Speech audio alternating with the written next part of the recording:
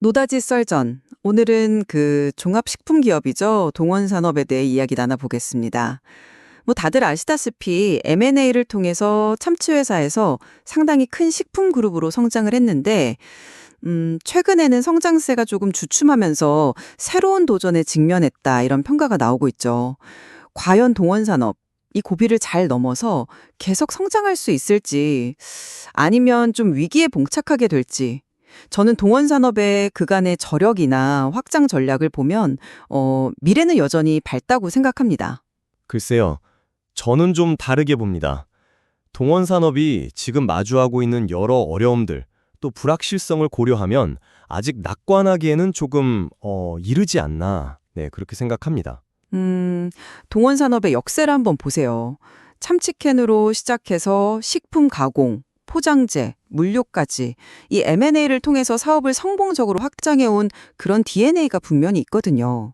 당장 올해 2025년 2분기 실적만 봐도 매출은 작년보다 10%, 그리고 영업이익은 무려 50%나 성장하면서 여전한 힘을 보여줬습니다.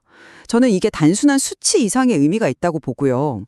또 미국 자회사인 스타키스트의 사업 다각화 추진이라든지 아니면 뭐 김, 소스, 떡볶이 같은 이런 K푸드를 앞세워서 글로벌 시장을 공략하는 움직임도 아주 활발해요. 그리고 스타키스트는 경쟁사랑 비교했을 때 관세 부담이 적어서 구조적인 이점도 있고요.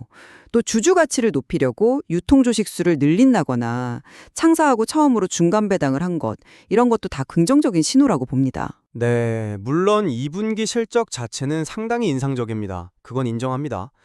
하지만 바로 직전에 흰 2023년, 2024년 이 2년간 매출이 거의 제자리 걸음이었다는 점을 간과해서는 안 될 것 같습니다.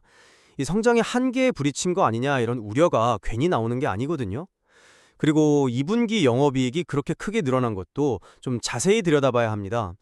이게 소위 어가 레깅 효과, 그러니까 과거에 참치 가격이 좀 낮았을 때 확보한 물량이 시차를 두고 원가에 반영되면서 생긴 좀 일시적인 효과일 가능성이 상당히 크다고 봅니다. 당장 3분기에는 어획량 감소나 어가 변동 때문에 다시 이익이 줄어들 거라는 전망이 나오고 있고요. 또 주력인 해양수산 부문, 이쪽 내수 시장이 부진한 점이나 참치 가격, 환율 같은 원가 부담, 그리고 스타키스트 수익성 문제와 그 에콰도르 공장에 부과된 15% 관세 부담, 이런 것들이 여전히 남아있는 위험 요인입니다. 포장재 만드는 동원 시스템수도 알루미늄 가격 상승 때문에 이익이 줄고 있고요. 야심차게 추진한다는 글로벌 신사업도 글쎄요, 아직은 성과를 장담하기 어렵지 않나 싶습니다. 하지만 그 2분기 실적에서 중요한 건 전 사업 부문에서 비교적 고르게 성장을 했다는 점 아닐까요? 특히 식품 부문의 성장은 그동안 해왔던 포트폴리오 다각화나 글로벌 사업 확장이 실제로 성과를 내고 있다는 증거로 볼 수 있지 않을까 싶습니다. 이런 위기 상황 속에서도 성장 동력을 다시 한번 확인했다는 데 좀 의미를 두고 싶네요. 저는 해석이 좀 다릅니다. 해양수산 부문 이익이 늘어난 건 본질적으로 보면 외부 변수인 어가 덕분이지 이게 구조적인 체질 개선이라고 보기는 좀 어렵지 않나 싶어요. 당장 3분기 실적 악화 가능성이 높은 상황에서 2분기 실적 하나만 가지고 안심할 수는 없다는 거죠. 스타키스트 이익 개선도 마찬가지 맥락입니다. 미리 확보해둔 그 저렴한 원재료 덕을 본 건데 이 재고가 소진되고 다시 어가가 오르면 수익성은 또 나빠질 수 있는 거 아니겠습니까? 스타키스트 얘기를 좀 더 해보죠. 미국 참치캔 시장에서 점유율이 45에서 50%, 거의 절반에 육박합니다. 이건 정말 압도적인 수치죠. 그리고 중요한 건 경쟁사들의 생산 기지는 주로 관세 부담이 큰 태국이나 베트남에 있는데 스타키스트는 미국 본토하고 아메리칸 사모아 비중이 높아서 관세 부담이 훨씬 적다는 이런 구조적인 이점이 있다는 겁니다. 이게 중장기적으로 보면 가격 경쟁력에서 우위를 점할 수 있는 아주 강력한 무기가 될 수 있다고 생각해요. 참치 외에 다른 식품 분야로 사업 다각화를 위한 M&A도 추진 중이고요. 네, 그 점유율이 견고하다는 점은 저도 동의합니다. 하지만 스타키스트의 근본적인 약점은 결국 그 참치에 대한 지나친 의존도라고 생각합니다. 매출의 90% 이상이 참치 통조림에서 나오는데 이러면 참치 가격이 급등할 때 수익성에 직격탄을 맞을 수밖에 없는 구조죠. 에콰도르 공장에 부과된 15% 관세도 결코 무시할 수 없는 부담이고요. 또 원가가 올라도 이걸 바로바로 소비자 가격에 반영하기도 쉽지 않은 게 현실입니다.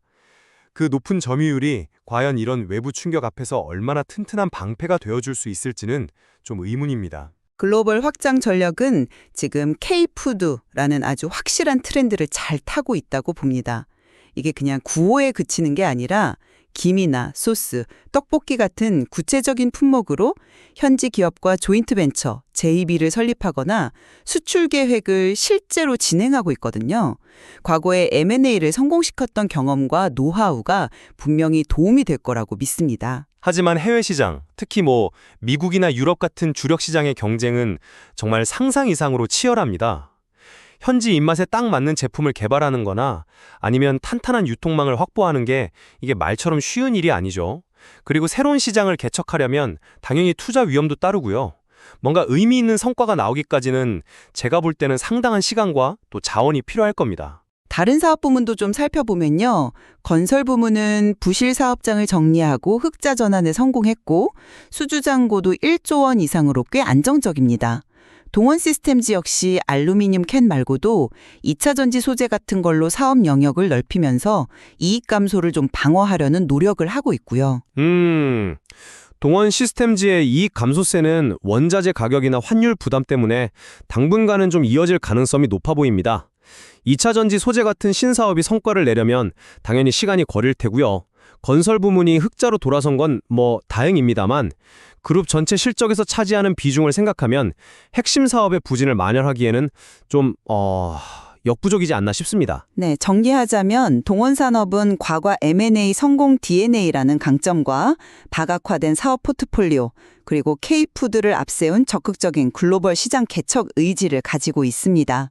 저는 이런 강점들을 바탕으로 해서 현재의 어려움을 충분히 극복하고 지속 성장할 잠재력이 있다고 봅니다. 저는 역시 주력 사업의 변동성, 그리고 참치 가격이나 환율, 관세처럼 통제하기 어려운 외부 환경의 불확실성이 여전히 너무 크다고 생각합니다.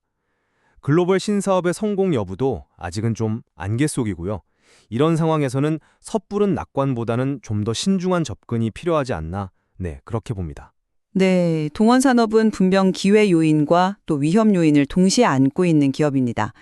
특히 핵심 자회사인 스타키스트의 실적 방어 여부와 현재 추진 중인 글로벌 신사업의 성패가 앞으로 동원산업의 방향성을 결정짓는 아주 중요한 변수가 될 것 같습니다.